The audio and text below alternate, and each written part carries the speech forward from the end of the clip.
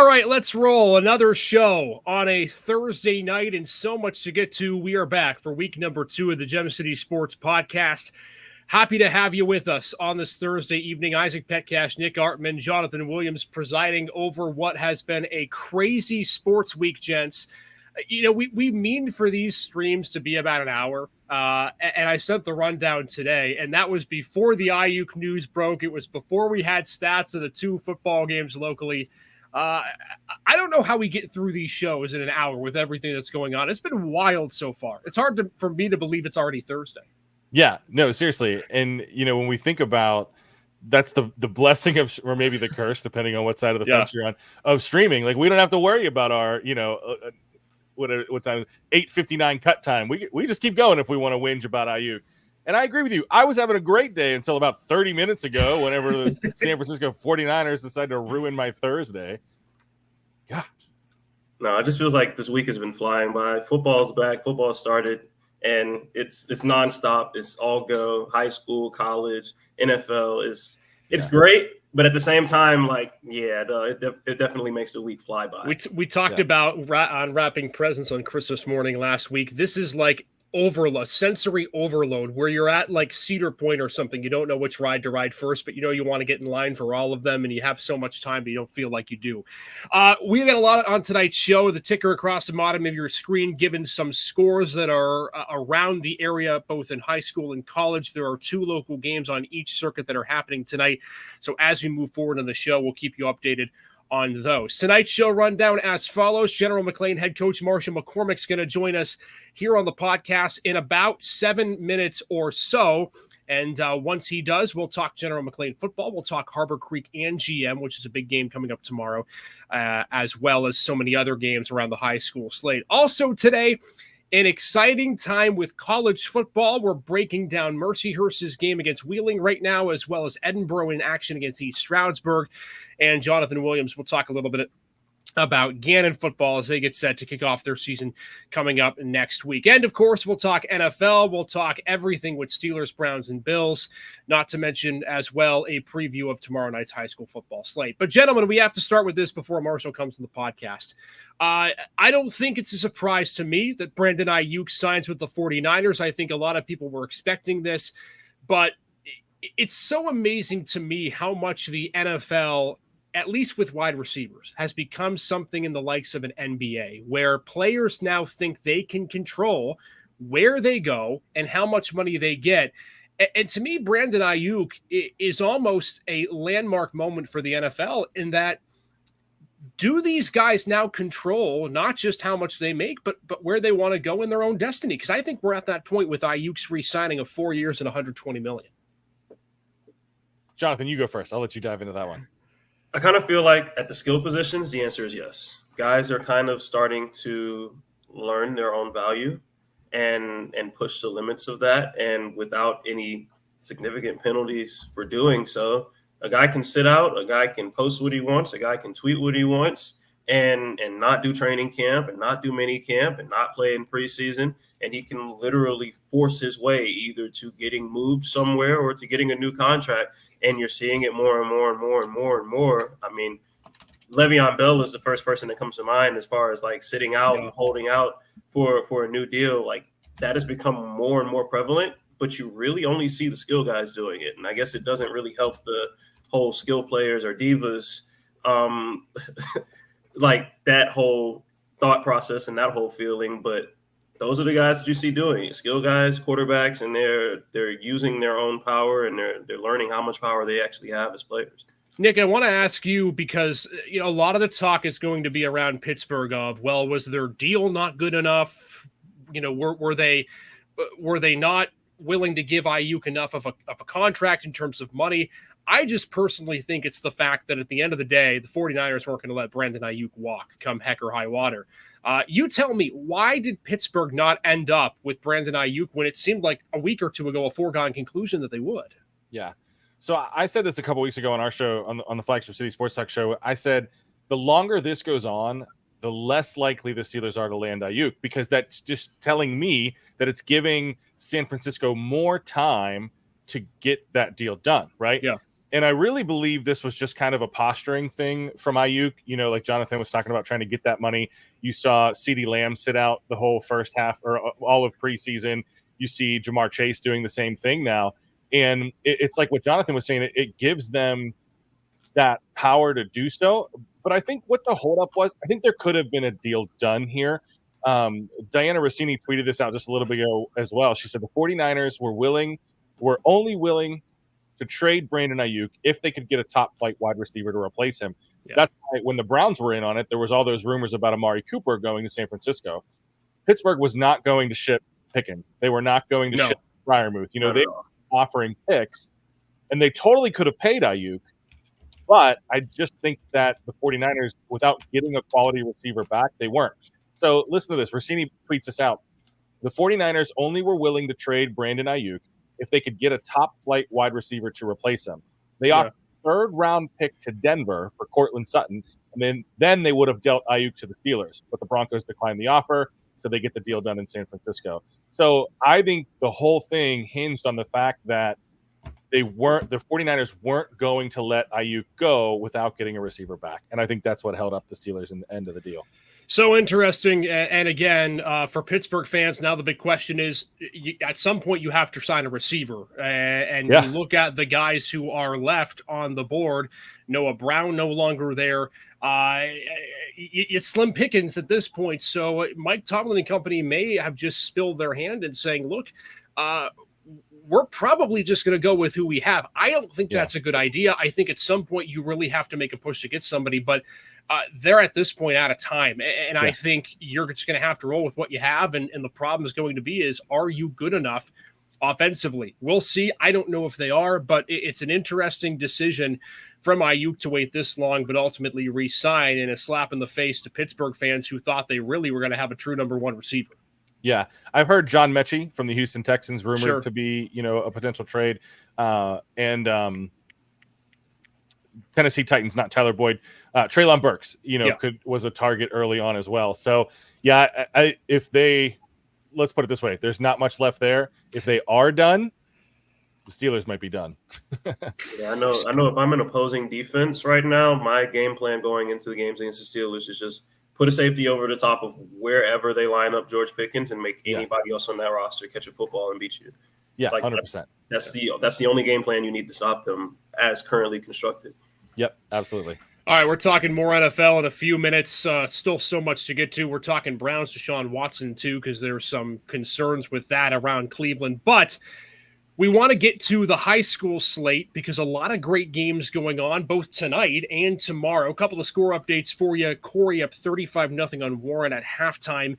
Meanwhile, it's 14-7. Conneaut over Iroquois at the half. Those in a battle of two 1-0 teams. And hey, my prediction might be ringing true with Iroquois potentially going to a 2-0 if they can knock off Conneaut going into week 3.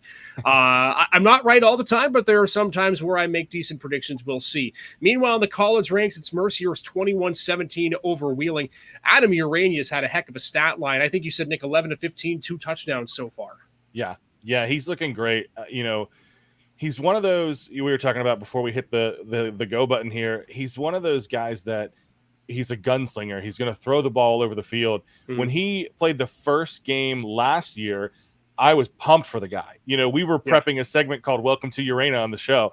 And unfortunately the team went a different direction, but I think having a year of experience like that, and then, you worry about the jump to D1 now in the NEC, but, knock on wood, we've only seen 2 quarters of play, small sample size, but he's looking good so far.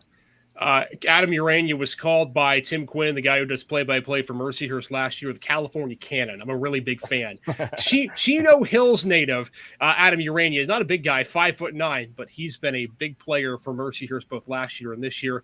Meanwhile, the PSAC, Edinburgh christening their new turf. By the way, one of the loudest environments I've ever heard inside Sox Harrison Stadium tonight.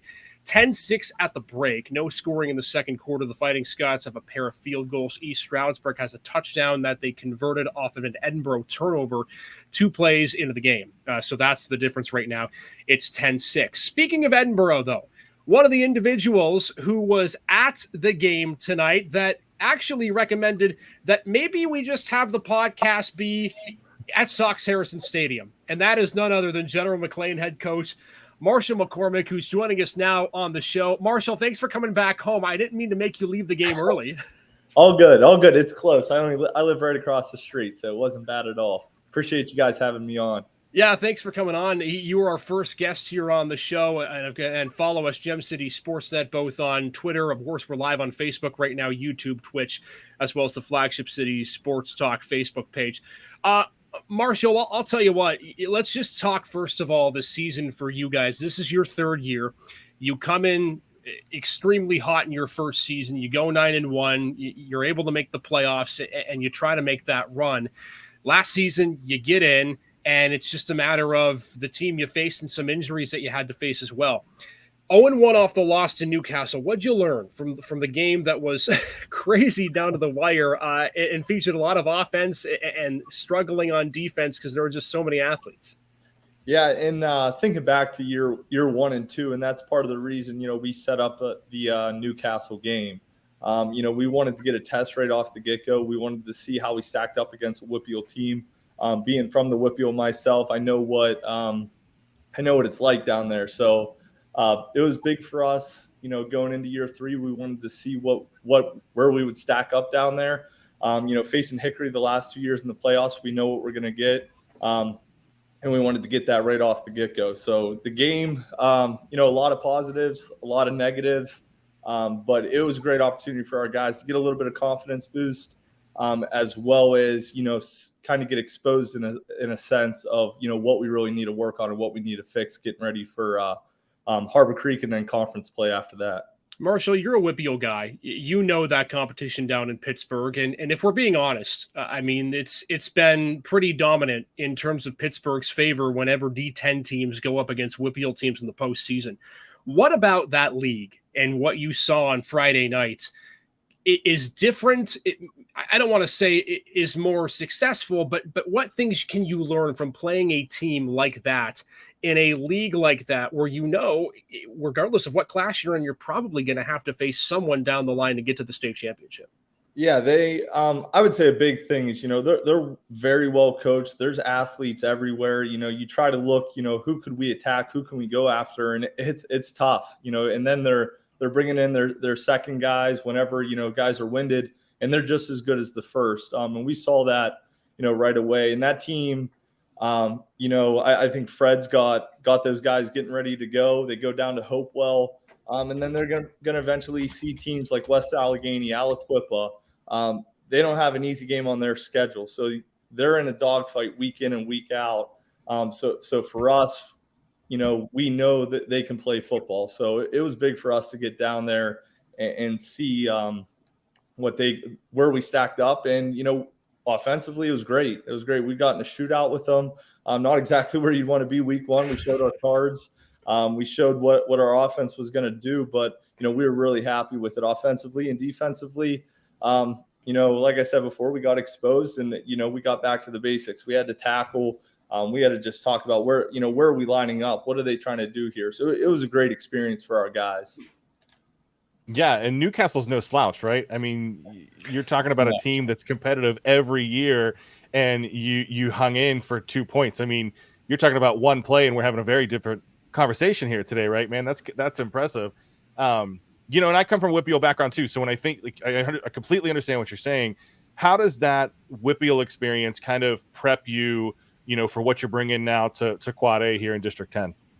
Yeah, and I think as a Whitfield guy, and I think our players know as District 10 guys that, we don't always stack up the best against the Whitfield. So just the fact that, we went toe-to-toe with the Whitfield, powerhouse, and we were a 2-point play away. We were a play here, a play there, away from coming out with a win. Our kids have confidence, and sometimes that's half the battle is, going into the region play and just our kids ready to go. They're excited. They're confident. There's just a different sense at practice this week that, hey, we can do this. We got a good thing going. Let's take it to the next level. Do you feel like, being third year in the team, that you've kind of been able to, you're no longer new. You're not the new coach. You're not the new guy anymore. You've had some time to kind of input your system. Are you starting to see that come together in year 3? Yeah, absolutely. This was our best summer by far, as far as install wise.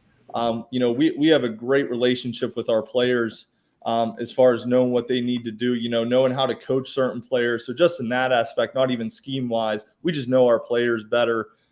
This will be our quarterback's 3rd year in the system.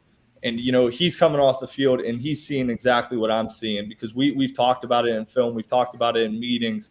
It's a great relationship we have. It's the whole way across the board. The guys are, I would say more so understanding the why behind our schemes, both offensively and defensively. All right. So looking ahead to Harbor Creek, I got the numbers pulled up right here. I got the stats pulled up right here. And you guys had 2 very different types of games, 13-6 on that side, 49-47 on yours. You guys had 490 yards. They had 223 yards. Just the difference in the makeups of the team. How do you think you guys match up with Harbor Creek? With Harbor Creek and even Oil City, we're going to them next week. And, I've watched the film on both of them. It's just 2 totally different styles. We know what Harbor Creek's going to try to do. They're a little different in their run game this year than they were last year. And they gave us trouble last year. Defensively, I know they're going to have a game plan ready for our guys.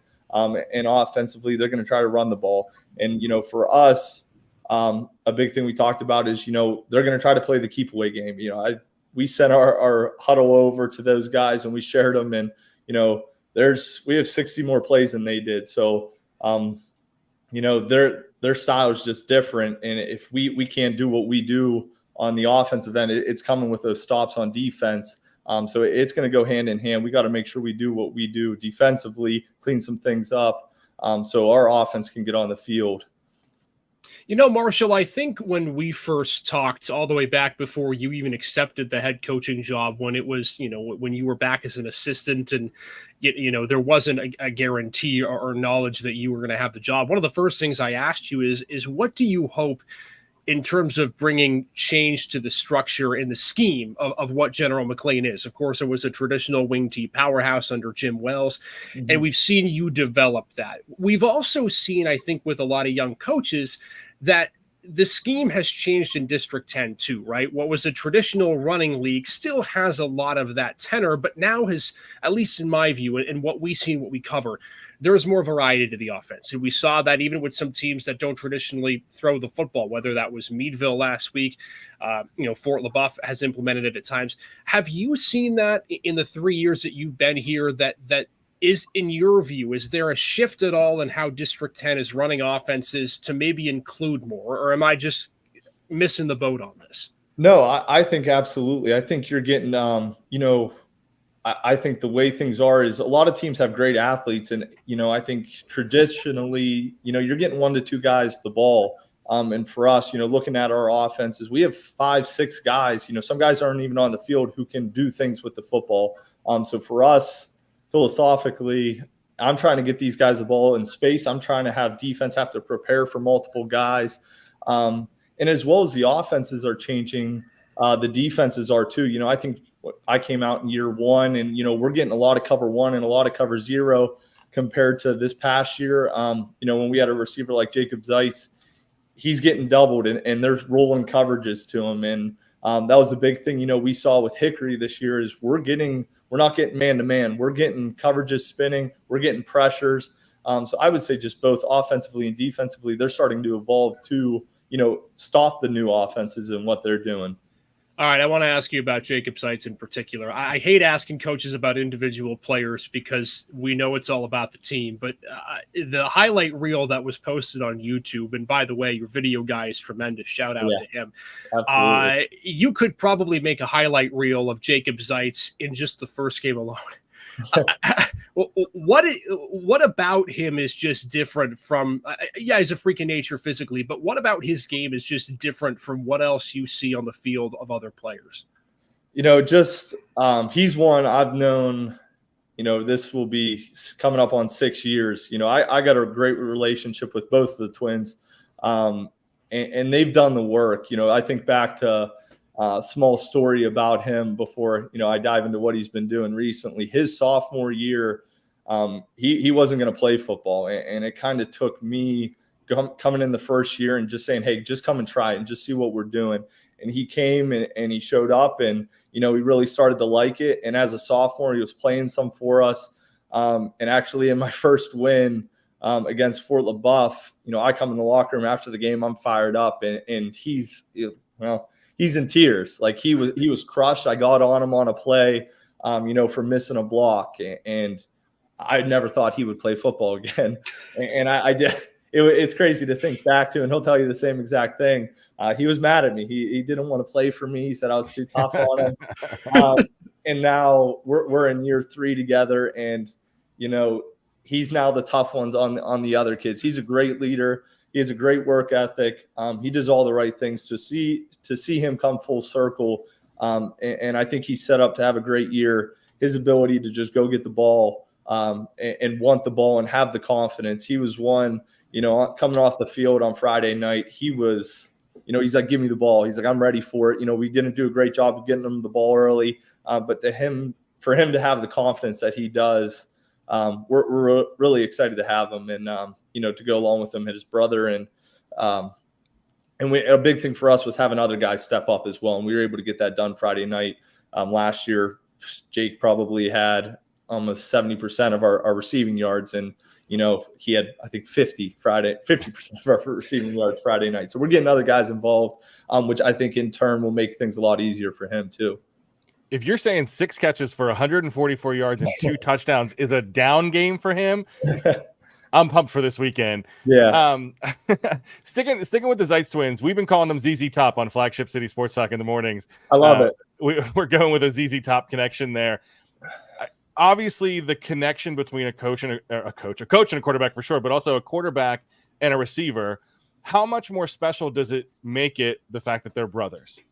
It's really great, and it's something we've coming up in the system and everything like that. We know at some point they would meet and they'd be able to throw together and be together. And they're just on the same page. And I'll have meetings with just the quarterbacks. And obviously Jake's there. He's just following suit. He knows that he needs to be a part of it as well, because he cares that much about it. And on the twin side of things, they trust each other. So, when Isaac's in a tough spot, where's he going to go? He's going to go to his brother because of the relationship they have together. Yeah. No, it's cool. It's special to watch. Go ahead, Isaac. Marcia McCormick. No, all good. Marcia McCormick, GM head coach, joining us here on the Gem City Sportsnet podcast one day before they face Harbor Creek and christen the new turf, Marshall. Yeah. I don't know if it's going to beat the Plaid end zones that we saw tonight, but what's that? I mean, again, it's just turf, but what's that been like? A chance, I'm sure, to get to christen, I don't want to say a new era, but just to get to play on that turf for the first time. Yeah, it's, thankful for the opportunity. Our superintendent, Dr. Lane, did a great job setting us up with this. He, there's been a lot of uphill battles. We didn't have a track this year. We weren't on the turf all year. It got pushed back a little bit, but, the support from the administration has been great, and making sure that we're able to play there on Friday night. We have our Hall of Fame induction as well. So there's a lot going on, and we're excited for the opportunity. Our kids got humbled a little bit this summer, I like to say, because, they were on the grass field. They're washing their pants a lot more. It would rain and we're playing in mud, and they weren't used to that. So I thought it was good for us, to realize what we had. So for us, we're really excited. But, at the end of practice today, we actually brought up, just we're here to play football tomorrow. There's a lot going on. There's going to be a lot of people there just wanting to see the field. But for us, we just want to play football and do what we do. Marshall, I got one for you, man. I am very new to the entire Pennsylvania football landscape, the Erie football landscape.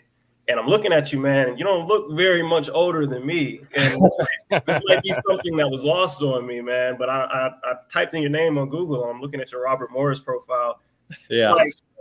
You aren't very much older than me. I'm sitting here at 24 right now, and at 24, you got your first head coaching job. Yeah, it has to be absolutely crazy, to be that young and be a head coach of a football team. What has that experience been like, being one of, I would assume, the youngest coaches, if not the youngest coach in the entire area? Yeah, I mean, so I'm 27, so I'm 3 years into it. I was, like you said, I was 24 when I got hired, and to me, I had great mentors as coaches. My high school coach was unbelievable. He, made me fall in love with football, and knowing that I wanted to be a teacher and wanted to be a coach. And then I had a great opportunity right when I graduated high school or graduated college. I'm sorry. To go coach with Joe Lamenza. He was down at Blackhawk for a little bit, then moved over to Elwood City, and he kind of took a chance on me. I was 21, 22 at that time, and I was 2 weeks in. I'm like, man, I want to do this the rest of my life. This is the greatest thing ever. So for me, I took everything in. I kept practice scripts that he made. I kept practice plans. I would ask questions. Knowing that one day I wanted to be a head coach.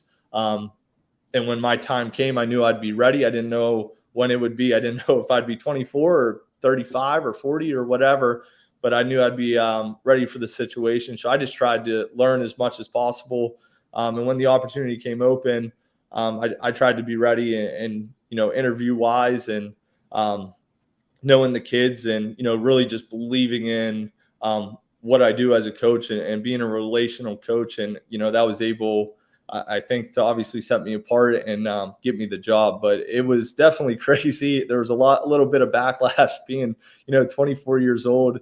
Coach Wells was there for 25 years. He coached longer than I had been alive. So it was definitely a learning experience, being that young, taking on some big responsibilities. But, for me, I wouldn't change it at all. I've matured. I've learned a ton about football in the last 3 years. And, my plan is to keep doing the same thing, is never stop learning and, to see where it takes us. Marshall, with the last couple minutes we have left with you, I know you talked about that, 3 years at General McLean. Of course, you're technically a tenured head coach now. You've got more than 2 years under your belt.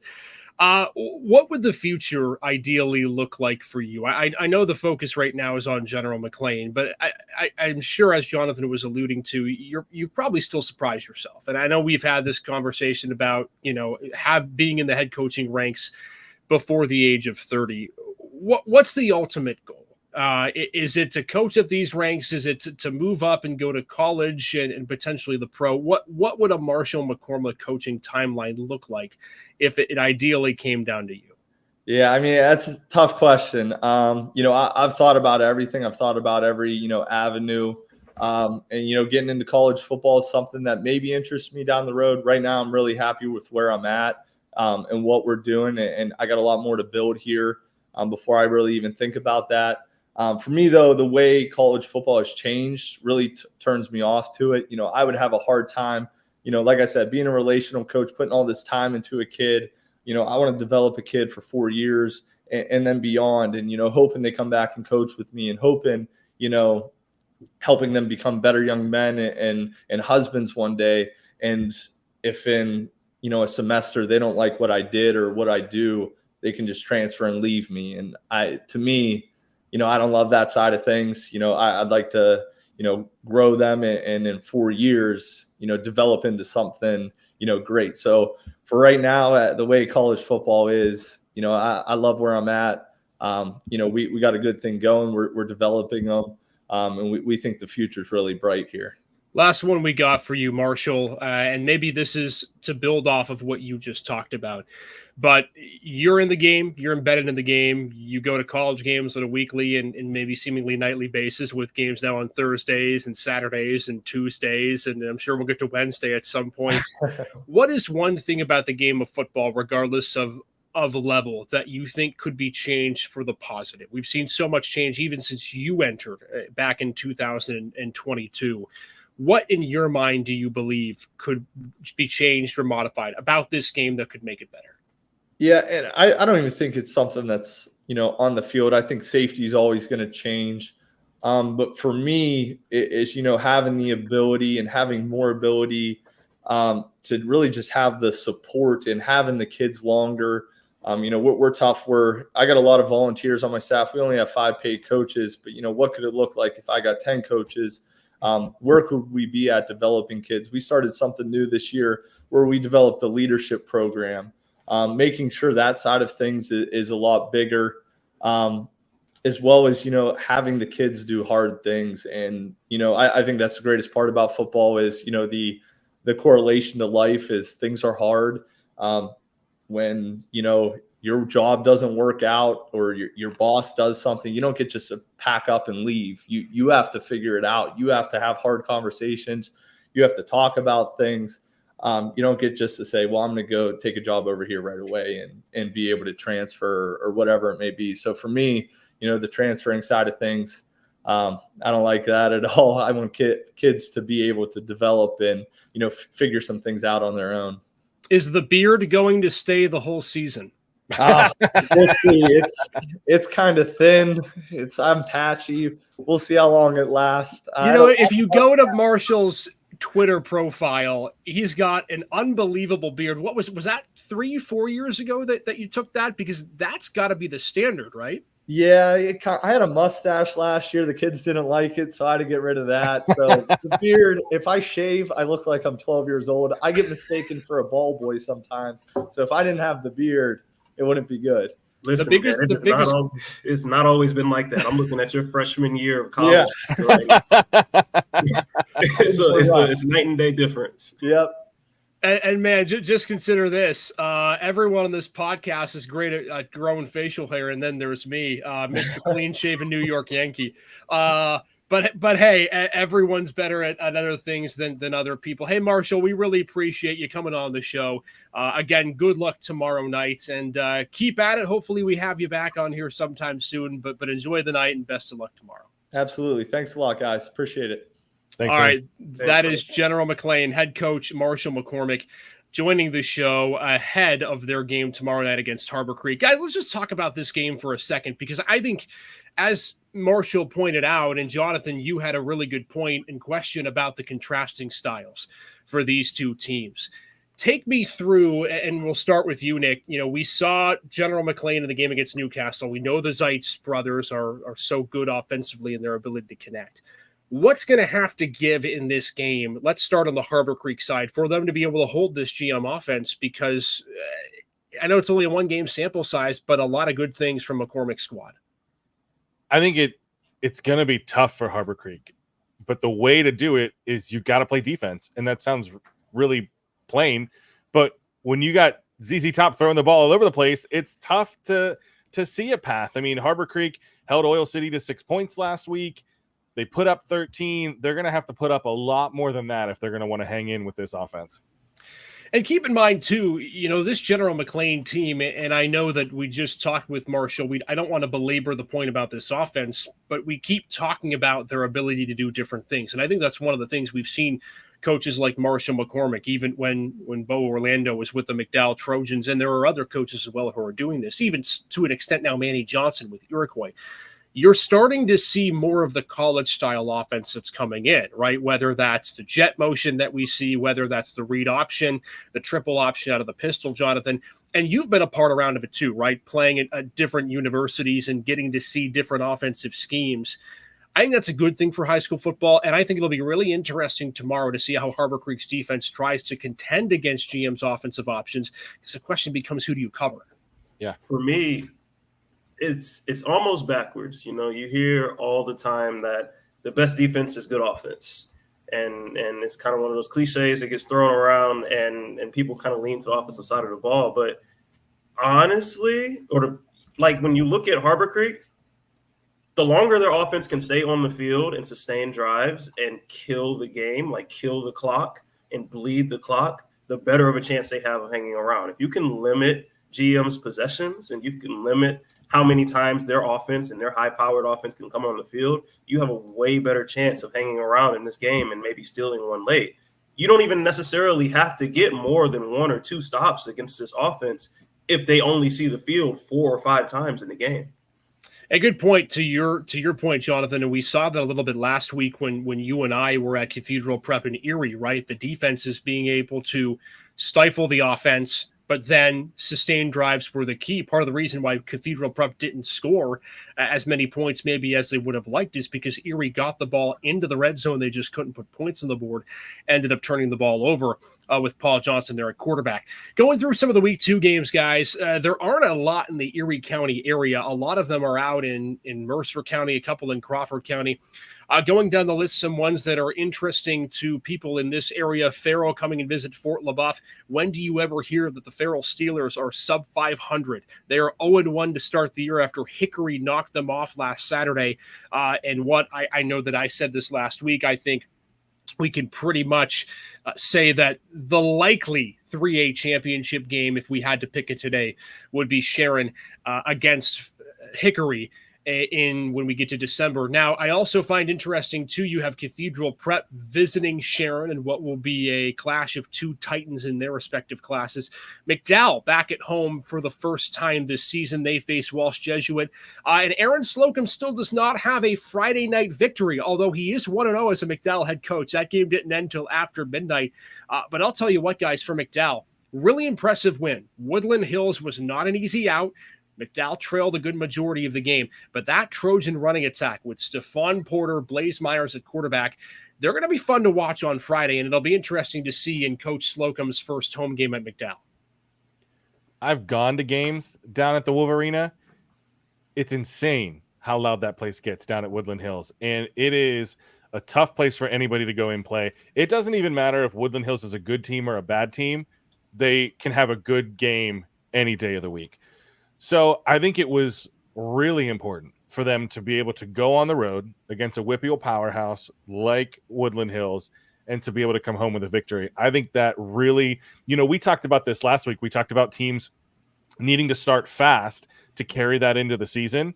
And I think that's exactly what McDowell did coming into this game, right? And this is not an easy matchup either. It's going to be another tough game for them, back-to-back tough games. But I think the home field advantage for McDowell in this one, I think is really going to help them, get that momentum to carry through, and I think get the back-to-back win. And like you said, anytime you have Blaze Myers and Baby Porter on that offense, you have a chance to win the game.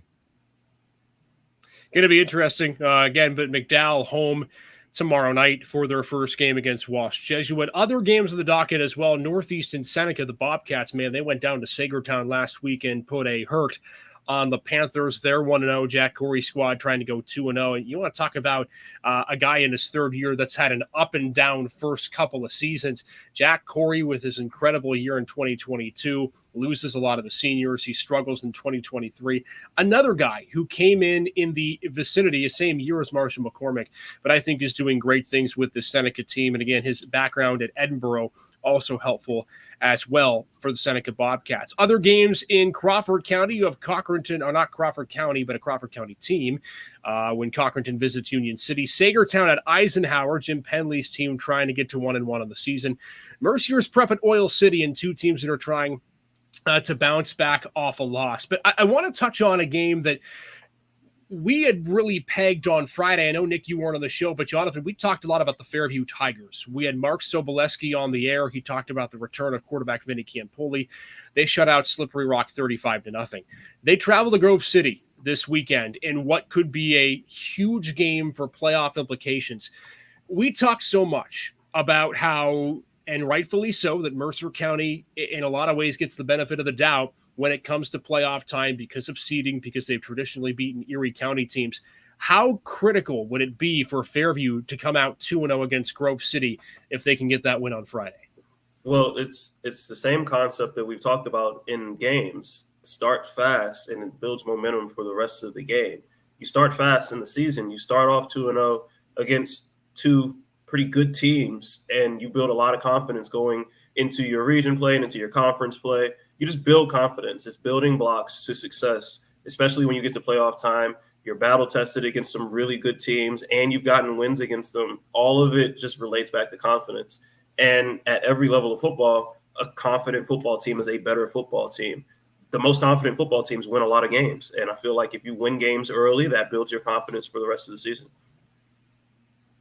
So those are the games on Friday, and then one on Saturday that I'm keeping an eye on as well. Titusville, Girard. Both teams close losses in week number 1. Corey got the better of Titusville 28-22. Girard fell to Sharpsville on the road. Mark Brooks's team, and again, I wish we had Paul on this show for the Western Erie County teams.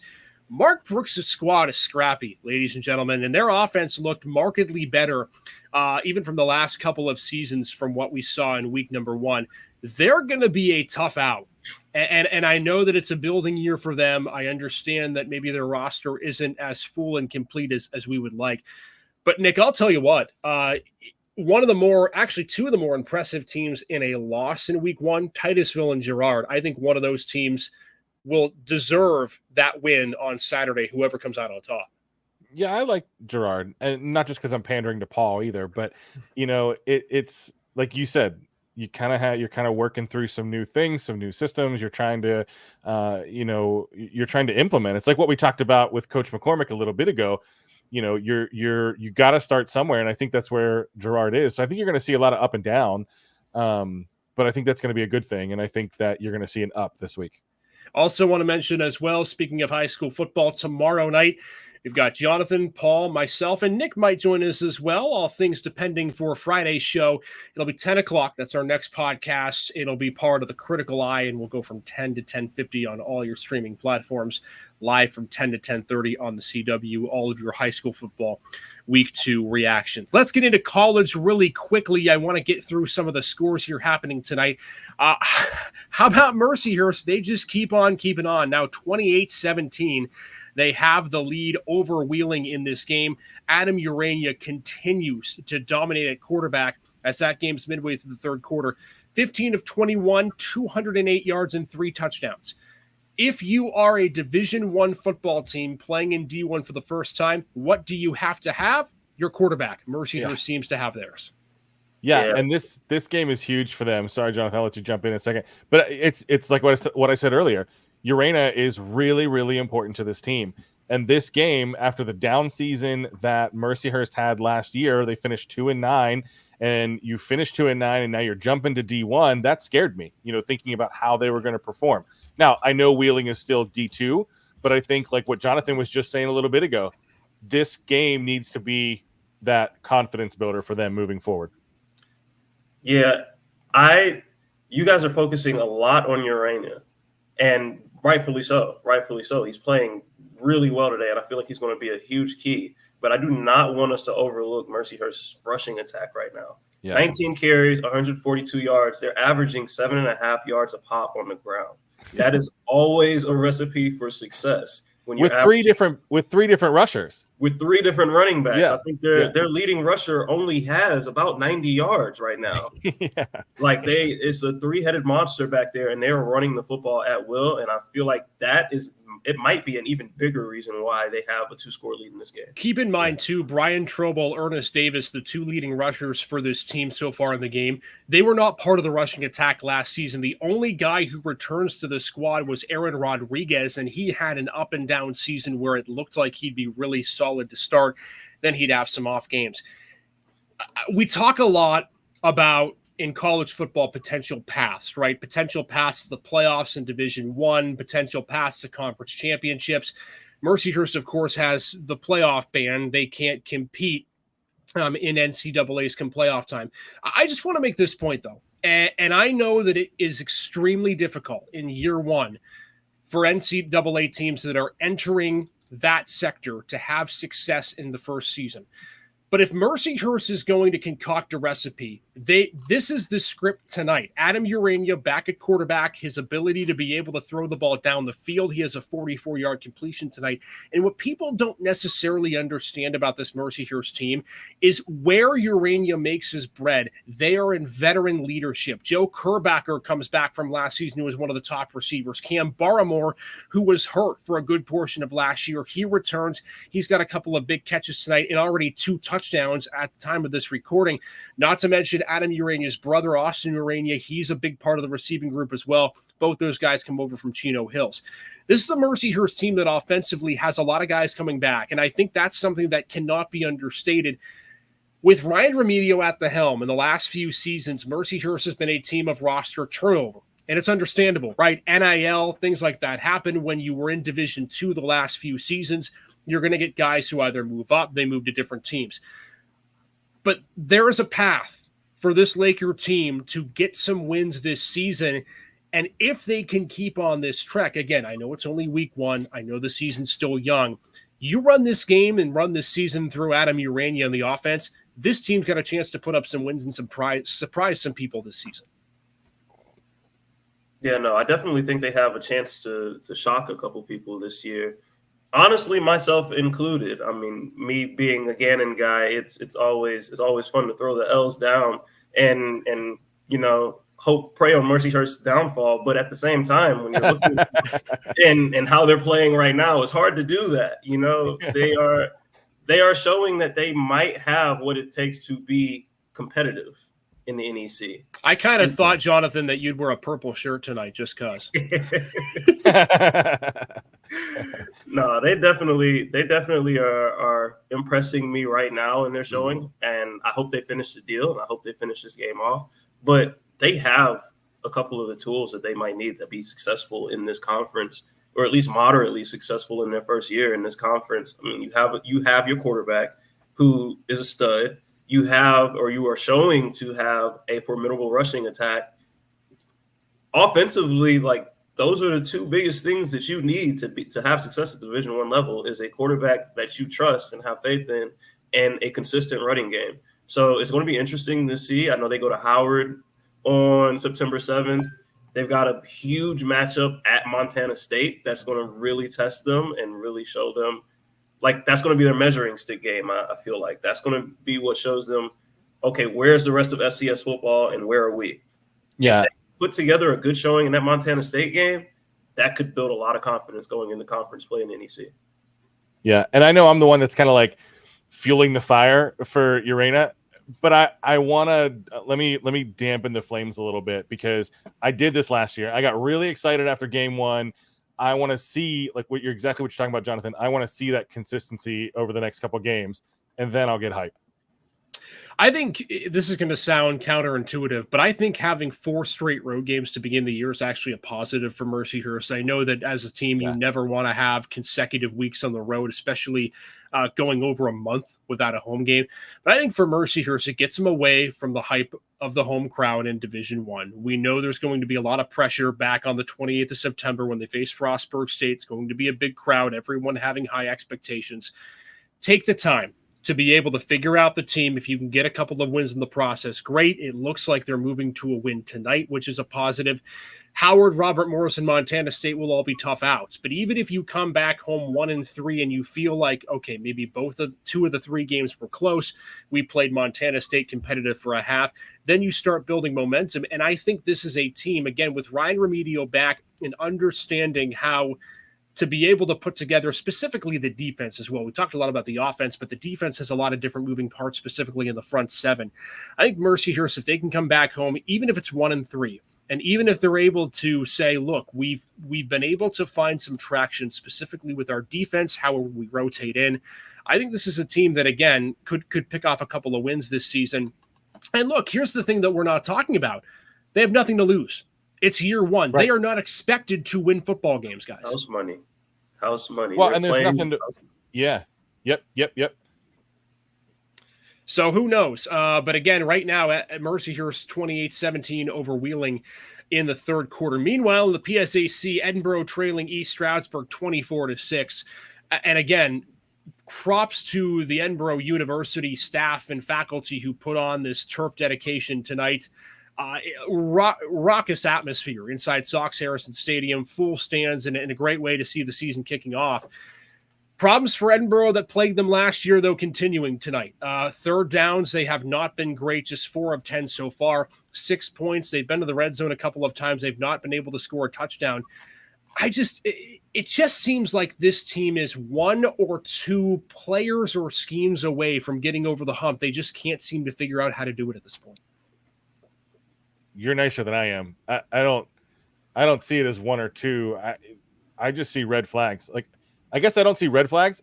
I don't see any green flags, and that scares me with this Borough team. I also think, and I'm too, going back to last year too. I'm not trying to jump yeah. on them here, like, in their first game. I just, it's hard to judge a college football team on week 1, but I need to see some more consistency. I'm a little worried about them this year. Yeah, before the podcast tonight, I actually was at the game for about a quarter and a half. And the one thing you immediately notice with the offense, and I understand that Isaac Bernard is not a deep ball thrower, but there's not a lot of down the field attack from this team. It's a lot of east and west read option in the middle of the backfield, trying to churn ahead for yards. And that can work to an extent. Again, I'm not saying that it is a bad thing. I'm not saying that it is a problem. But I think at some point in this college game, especially with the PSAC, and you need to be able to, yes, have great defense, but also put up points. Jonathan, you know this well. You have to have somebody on your team that can take the top off the football, that you can trust to be a deep ball threat. And for lack of a better word, make the defense stay honest, right? I just don't know if there's anybody on this Edinboro team right now that's able to do that. Yeah, you have to have at least one guy that the defense has to respect, because otherwise they're just going to load 7, 8, 9 in the box and then make life hard for you to try to run the football or try to do anything else and basically dare you to throw it. You have to have one guy that the defense respects, that the defense has to account for, that they have to game plan for and say, we cannot let this guy get behind us. If you don't have that, or you don't have the quarterback that can make that throw and that can stretch a defense like that, it bottles up your offense and it limits a lot of what you can do offensively. Also, you have to protect the football. I'm looking at it. You have a lost fumble and an interception thrown on the first play of the game. Yeah. That was the lost fumble. Yep. That's one of those. That's a momentum killer for the entire game to open the season like that. One, but two, just a fumble at all or turnovers at all. Turnovers are going to kill you, especially when you are playing against opponents that are as good as you or better than you. You have to play clean football. And so far, Edinboro hasn't done that this game, and you see it on the scoreboard. 24-6, that's the score after 3 quarters. So we're heading to the fourth, it appears. Check and see who's got the football. It looks like Edinboro is going to have to start the fourth, so they're going to need 18 points at least to send this game into overtime. Again, you're listening to the Gem City Sports Podcast, whether it be on Facebook, the Flagship City Sports Talk page, on YouTube, Twitch, and on Twitter as well. We are live on our platforms. Isaac Petcash, Jonathan Williams, Nick Artman. Been a great episode so far. A few more minutes left here, and we do have some people in the comments watching all the way as far from Cedar Hill, Texas. Hello, David Burns. Good to see you. Thanks again for spending some time with us on the show tonight. Let's talk Gannon for a second, and I want to go to Jonathan for this. You're the former player. You'll see this on Sunday, but Jonathan gave me the greatest soliloquy for a 5-minute rundown of a college football team I have ever heard. It is tremendous. And for Eric Rayburn's squad, hopefully they can take Jonathan's wisdom to heart this season. What's going to be the key, Jonathan, for this Gannon team to move from fourth, where they're projected, to first, second in that category for the PSAC West this year? Protect Jaden Whitaker, please. And honestly, I think they have the offensive line to do it. Their offensive line is probably their most experienced returning group. You've got a bunch of those guys up front that played a lot of snaps last year and have played a lot of snaps for the last 2 seasons. And it's going to be on them to keep Jaden Whitaker standing upright. It's going to be on them to keep him in the pocket. He likes to run when he has a chance, and he will make something happen with his legs when he has a chance. But we lost him at the end of last season because of that. So you want to keep him upright. You want to keep him in the pocket. You want to keep him throwing the football, because when he has the ball in his hands, he can be an electric player. And I'm very excited to see him with his first full season coming up under his belt, because he came in and gave our offense a spark that we didn't have at the end of the year last year before he got injured. On the defensive side of the ball, it's going to be very interesting to see what they do with the guys that have come back, because the last 2 seasons we've run 3-3-5. The last 2 seasons we've run essentially Brian Nardo, Oklahoma State defense. And that defense has worked tremendously well. But this season, there's no Chris Farnsworth playing Rover. You don't have your Nick White. You don't have your Joe Luazu. You don't have certain guys that have been defensive stalwarts for you. No Cam Snell. You've had a lot of guys transfer out and either transfer up or graduate and move on. So it's going to be interesting to see some of these guys step up. Zaire Allen coming back as a grad guy. Ty Tiggs coming back as a grad guy. You got Hayden McDonald and Trey Baker at linebacker coming back. You got guys that have been in big moments, that have played in big games, and that have played well in these games. But now it's all on them. There's nobody else beside them that has been in these moments with them. These guys have to lead the charge on defense. And I feel like they will. Charles Calhoun up front. I feel like these guys – they're ready for these moments. They're ready for the pressure that's going to come with this season, because I know last year we tried to replicate 2022 and it didn't go the way that we thought it would go. This year, I think they really have a legitimate shot of getting back to that level, but it's going to be on the seniors. It's going to be on those older guys to kind of lead the charge.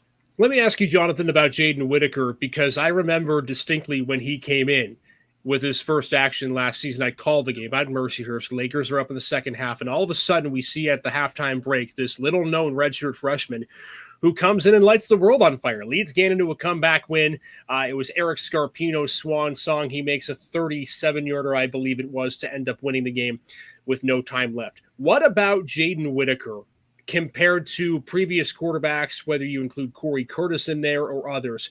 What dynamic does he add to this offense? Because I think, he, like you said, he's got the raw talent, but what can he do to extend and expand his game in the playbook?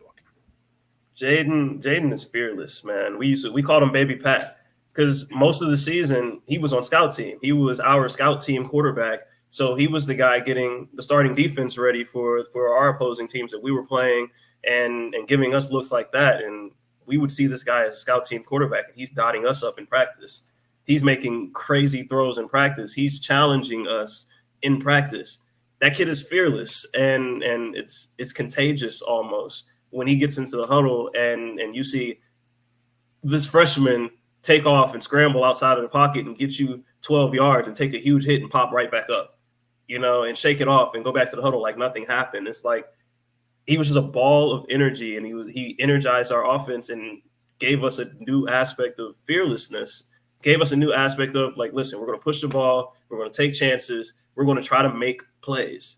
And he needs to keep that about himself this year. If he keeps that about himself this year, I think he's going to be a really dangerous quarterback for other teams to contend with in this conference. Nick, how do you see this playing out for Gannon? Again, selected in the middle of the pack. I think, again, Eric Rayburn, we've seen time and time again, is able to get the best out of his team, but a lot of transfers from this Gannon squad, and that's because of the success that you've had. I'm concerned with that. I'm concerned with the depth. How do you see this season potentially playing out if you had to guess now? I think that's one of the hardest things about college football is the turnover that you have right now, right? When you think about transfer portal and graduation and, transfer coming in and out, that's tough. And the Gannon team, I'm not just saying this because Jonathan's on the pod today, but was really fun to watch last year. They were starting to gel, but I do worry about that changeover. I do think they have the talent. They have, Whitaker. I'm excited to see Whitaker step up year two, the unfortunate injury like you guys were talking about. I'm excited to see Tank Mason. I think that he's going to take a huge step forward for the offense this year. But exactly what Jonathan said, the defense is what worries me. Not to mention stuff that the team can't control. The PSAC West is only getting tough. It's only getting tougher. Slippery Rock, IUP, Mercyhurst may have left, but the PSAC is getting more and more competitive. So I think when you take that recipe of the increased competition and the changeover on both sides of the ball for Gannon, they're going to need some things to go right. Now, I think they can do it, but they're going to have to put it together. Yeah, I agree. And we know, like you said, how competitive the West is. There's going to be a turning point in the season at some point, and we know that if you're Gannon, you're going to have to win at least 2, if not 3, of the IUP, Cal, and Slippery Rock. Absolutely. Can they do it, Jonathan? Realistically, can they do it? Even if they're playing at their best, can you win 2 out of 3 games? Don't ask him. He's biased. He's a homer. All right, Nick, fine. I'm just kidding. I'm just kidding. Go ahead, Jonathan. Maybe we'll put it out as a poll question. Yeah, there we go. When you ask me that question, I look back to 2022 and tell you that's exactly what we did. Yeah. We beat IUP at home. We played Slippery Rock for a half of football that year, and then the second half completely collapsed. But we beat Cal on the road that season, so we got 2 of the 3, And that was the year we tied for PSAC West champs. Yeah. Last season, we're in the game with Slippery Rock. I don't know if you guys remember, but we went into that game down. What was it? Was it 24-21 at halftime? Like, something like that. Gannon has the ability to compete with these perennial powers in this conference. It's just finishing the job. If they can get to end of third quarter with Slippery Rock and it's still a 1 or 2 possession game, if they can get into the fourth quarter with Slippery Rock and it's a ball game and they're within striking distance, I have complete faith in them to do it. It's just they have to be able to make it to that point. In recent years, against Slip specifically, we've given them one good half of football, one solid dogfight of a half of football, and in the second half we collapse. If they can fix that, they could scare Slippery Rock at Slip, at the Rock, in front of that crazy crowd that they have down there. They could give Slippery Rock a scare. They just have to play more than a half of football that game. Do you think all that changeover makes it harder or easier to kind of hang in for that third and fourth quarter? Honestly, I think it makes it easier. Okay. You've got so many transfers coming in to play on both sides of the ball. Yeah. That haven't played in the PSAC. They don't know who Slip is. They don't care who Slip is. Who is Slippery Rock to them? There's no stigma for those guys that are coming in, for those new guys. There's no fear factor. With some of the guys in the PSAC, and I won't even just say this about Gannon, I kind of say this about everybody in the PSAC, there are certain powers and there are certain names, certain team names that strike fear in your heart a little bit. Yeah. There are certain team names that make you tighten up just a little bit. Like you go extra hard in practice this week because we got Slip on the schedule, you know? And I feel like that's what gets a lot of teams beat because you don't play loose football. Sure. You don't play your game. You have to try to play perfect because it's Slip. You try to play perfect because it's IUP or Cutdown or Shepherd. You got so many transfers coming in that don't know IUP from Shepherd, from Cutdown, from Slippery Rock, from any other school. It's just football to them. And they're just ready to play football. I feel like that's going to work to Gannon's advantage this year. Is they got a lot of guys where it's like, this is just football. PSAC this, PSAC that, all of these teams. We don't know these teams. We're just playing ball. Put that on a shirt. PSAC this, PSAC that. And put it on the back of the shirt with ZZ Top, California Cannon. What was the other nickname that you had, Jonathan, for Jaden Whitaker? Baby Pat. That's going to be our poll question coming up next week. Baby Pat, California Cannon, ZZ Top. Which of these three is the best nickname?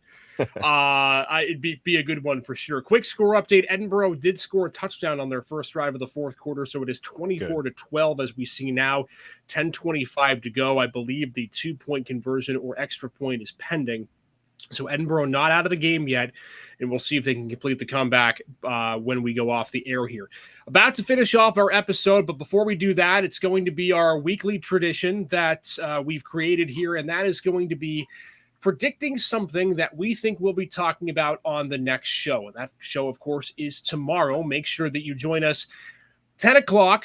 You can see it there, erienewsnow.com, YouTube, Facebook, Twitch, and we're on the CW for the first half hour of this show. So we'll start with you today, Jonathan. One thing that you think we're talking about tomorrow night, whether it's high school, college, NFL, you name it, your call. I'm going to go high school football. I think it's going to be a really close game again between Harbor Creek and Geo. Like, I think that is going to be a tightly contested matchup. I know we had Coach Marshall on the show. I'm going to go Harbor Creek upset. Got a score prediction? Something low. I'm going 2021. So it's going to have to be a slugfest, and that's how Harbor Creek's going to have to win the game. I think GM can win it both ways. I think he can win it defensively and on offense. Yeah. But Jonathan, it's 2 weeks in a row that we've had bold upset picks, one by each of you. Does that mean I have to be next week? Here, let me pull up this high school schedule. What game am I going to call an upset for next week? Well, I got burned last week, and then you had the head coach of the team that burned me on the show that same night. So we aim to please the local area. Not everyone loves us, but hopefully they'll learn to. Nick, the floor is yours, my friend. You had Erie beating Prep with your bold prediction last week. You were close. But I was so close. You were so close. All right, let's get it this time. Your bold prediction for tomorrow. What are we talking about on the show? Oh man, you know what? I don't want to go bold because I was so nervous last week. You got me. I was so excited watching you guys. I couldn't be at the game, so I'm following along on Twitter. And then you text me and we're like, "Hey, we're going into the fourth." I started getting real excited. I was gonna like fly back from Pittsburgh to Erie just to hop on the air with you guys and take that victory lap. So since I did that last year and failed, I am gonna go back to just a kid that I've really grown to appreciate as not only a quarterback, but as a player and as a student of the game, Blaze Myers. I'm really excited for him this year and thinking what he's going to be able to do this season. You know, being able to go down to Woodland Hills on Friday and pull out that late night win. I think we're going to be talking about him again Friday night and how he pulls another one out. Him and the whole team, you know, going up against Walsh Jesuit too. So yeah, I think we'll be talking a little bit of Blaze Myers on Friday. I love it. And again, senior leadership to help that backfield. We can't talk enough about Stephon Baby Porter. That McDowell team's still rolling after 1 week, even with a new head coach and Aaron Slocum. And talk about what being with a program does for you. The fact that you can just insert Slocum in to that head coaching job, and it doesn't really seem to be that big of a problem for the Trojans. All right, I'll stick with the high school football slate for my bold prediction, or maybe not even a bold prediction. I think more so for me, it's going to be something that I think will be a trending topic as we move along. Last week, I predicted that we were potentially talking about Iroquois going 2-0. We'll see how that game materializes. Still looking for a score update here. Don't have any now. I know it was close at the half, but that's no one the wiser. I think what we're going to be talking about tomorrow night is how Seneca could start making some big strides in their region when they start the season 2-0. I think they're going to go home tomorrow. I think they're beating Northeast. Jack Corey in training camp was cautiously optimistic when he talked to me about the different sort of styles he can play with his team. He can run the ball with his size up front. He said this is one of the biggest offensive lines that they've had in program history. He talked about that they can run those short to intermediate passing routes, and then the defense and how good he believes the front seven can and early in the season has been. I think Seneca is a team to look out for tomorrow night. I think they're going to beat Northeast. I think they're going to start the year 2-0, and I think this is a team that we're going to be looking at saying, you know, 2A is a tough class in playoffs, but they certainly could be one that could make some noise if and when, if they keep rolling, they end up making the postseason. So it's going to be a fun one tomorrow. Great show planned. Again, this is how you can watch, bottom of your screen, erienewsnow.com, YouTube, Facebook, Twitch. Will also be live on the CW locally for the first half hour of the podcast. About 10 to 10:50 is where we'll go. Guys, rest up. Tomorrow's going to be a fun night. I'm ready for it. Yeah, so am I. All right. Great stuff as always tonight, gents. This has been the Gym City Sportsnet podcast. Again, follow us, like us, share with your friends. However you've been watching, wherever you were listening, have a wonderful rest of your Thursday night and get some rest because Friday's coming around the corner just like that. We'll see you then.